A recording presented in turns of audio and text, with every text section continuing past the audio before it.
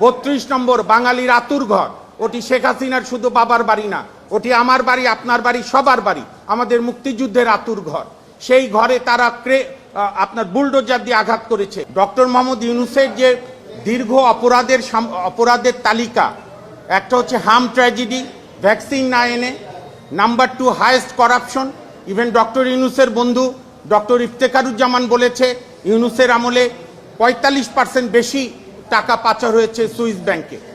তৃতীয়ত হচ্ছে আমাদের সর্বোচ্চ আইন সংবিধান, সেই সংবিধানের আর্টিকেল 24-23-তে আছে জাতীয় সাংস্কৃতিক ঐতিহ্য রাষ্ট্র রক্ষা করবে, ঐতিহাসিক স্মৃতিস্তম্ভ, জাতির হৃদস্পন্দন স্মৃতিস্তম্ভ রক্ষা করবে।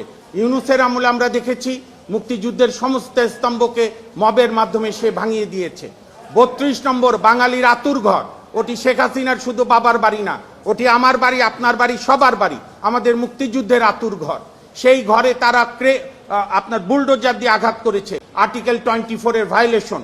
এবং ইউনূস সাহেবের বিরুদ্ধে অভিযোগের অন্ত নাই।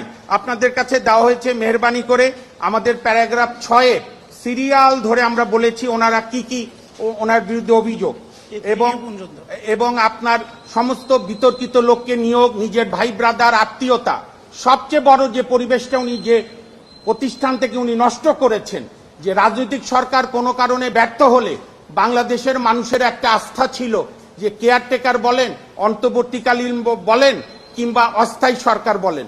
90-এর গণঅভ্যুত্থানের পর আমরা শাহাবুদ্দিন সাহেবকে দেখেছি সাফল্যের সঙ্গে সরকার পরিচালনা করেছে। পরবর্তীকালে 96 সালে দেখেছি জাস্টিস হাবিবুর রহমান শেলী সাহেব সরকার পরিচালনা করেছে।